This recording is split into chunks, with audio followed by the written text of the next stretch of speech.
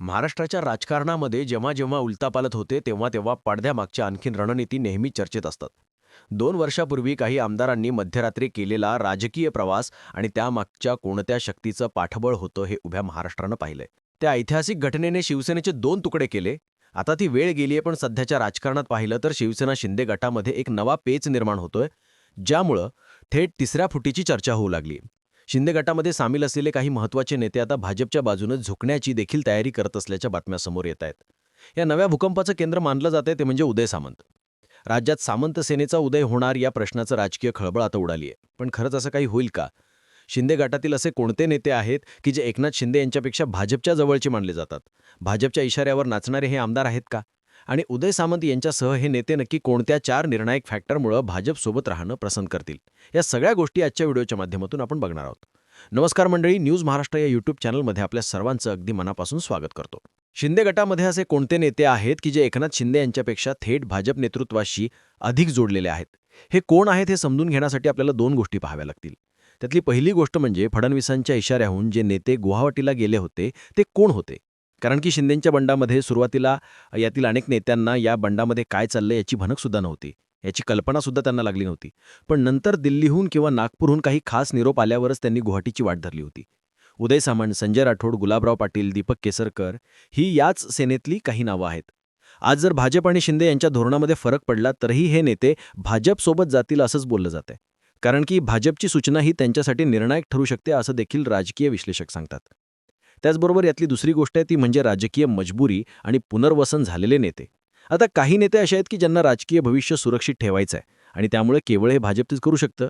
ज्यामध्ये रामदास कदम यांना शिंदे यांच्यापेक्षा भाजप माध्यमातून ज्येष्ठत्वाची आणि पुनर्वसनाची अपेक्षा त्यांना आहे. यासोबतच तानाजी सावंत यांच्यासारख्या नेत्यांना आपली शिक्षण संस्था आणि कारखान्याची गणितं जपायची असल्याने भाजपचा पाठिंबा अनिवार्य आहे. यासोबतच अमोल खटाळ किंवा मुरजी पटेल यांच्यासारखे नेते हे स्थानिक पातळीवर भाजपच्या नेत्यांवर अवलंबून आहेत. त्यांच्या मतदारसंघात भाजपचं प्राबल्य पाहता त्यांना भाजपशिवाय राजकीय भवितव्य नाही.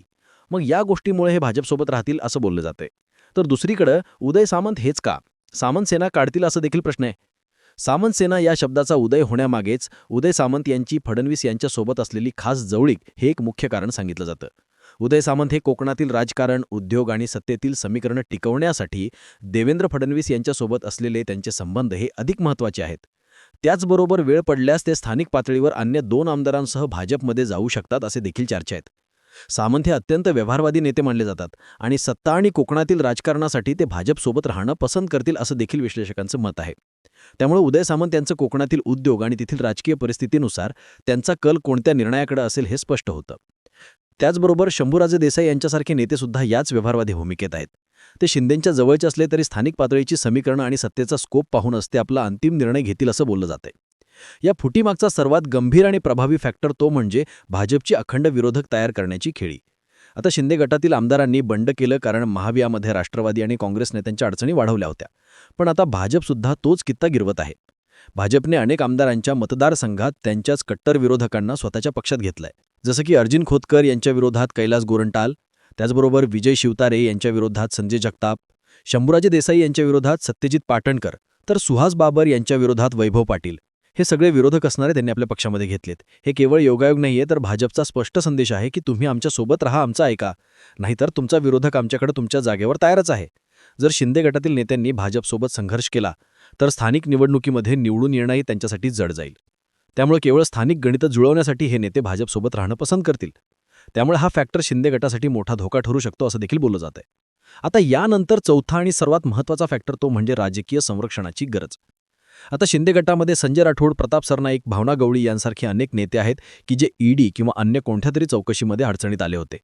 या नेत्यांना तसं सत्तेचं संरक्षणाचं कवच अत्यंत गरजेचं होतं. भाजपसोबत वाद घालून स्वतःच्या अडचणी वाढवणं हे त्यांना परवडणार नाही. राजकीय सुरक्षितता हे त्यांच्यासाठी सर्वात महत्त्वाचं आणि मोठं प्राधान्य आहे. आणि त्याचप्रमाणे या आमदारांप्रमाणेच खासदारांवर सुद्धा भाजपचा दबाव आहे. प्रतापराव जाधव हे केंद्रातील पॉवर सोडणार नाहीत, तर वायकर, मुंबरे यांच्यासारखे खासदार वादाच्या भवऱ्यात असल्याने ते भाजपसोबत पंगा घेणार नाहीत असं बोललं जातंय. या 4ही फॅक्टरचा विचार केल्यास शिंदे गटाला कमकुवत करण्याची आणि नियंत्रित करण्याची भाजपची ही सुनियोजित योजना असल्याचं देखील दिसून येते. आता सामंत सेना या नावाचा गट तयार करून भाजपमध्ये विलीन होणं ही स्क्रिप्टसुद्धा फार पूर्वीपासूनच तयार असेल असे देखील बोललं जाते.